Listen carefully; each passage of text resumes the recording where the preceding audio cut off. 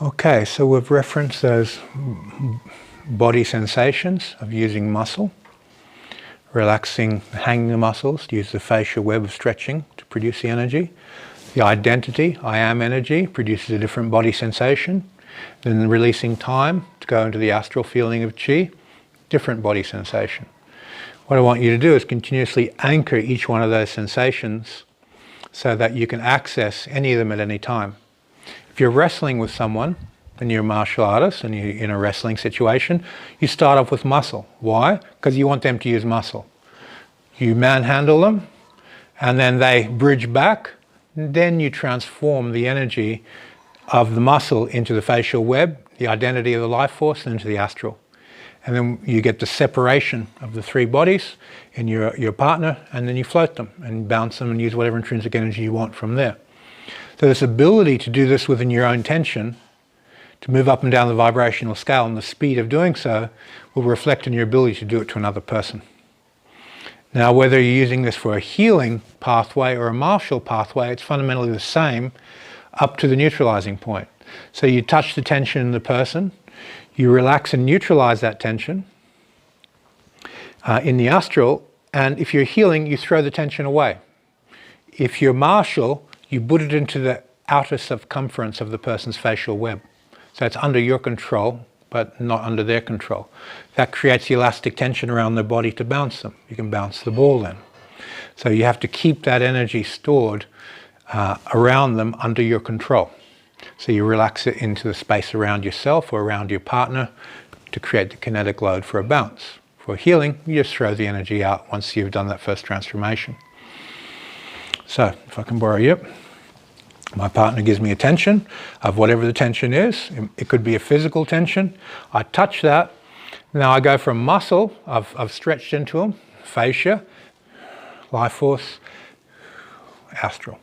Now I've got that float. From there, I can produce a martial type of effect, or I can go into the tension, feel it,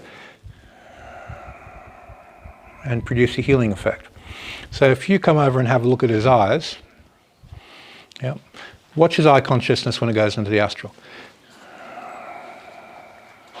See the eye movement? There's a flutter on the top of his eyelids. And that's as the mental matrix dissolves, it's just on the edge of a sleep state. We'll do it again. Okay, so that's dissolving the mental matrix. You'll see it in the eye movement. Some people get this twitching up their forehead and the nerves in their forehead. So you touch the tension, you do the first transformation, and you see the muscles just around here going, ooh, wanting to drop into the trance state. So for healing, you want to look at that signal, and then as that person softens, now they're vulnerable for healing. So you look at that. If you're looking more martial, then you're going to be working with energies of bouncing the person and so forth, and putting all that tension in their fascial web. Martial applications is incidental. You may want to do that, but it's not where the real skill is. The real skill is in a life tool for healing and using it as a tool for things that you want to do.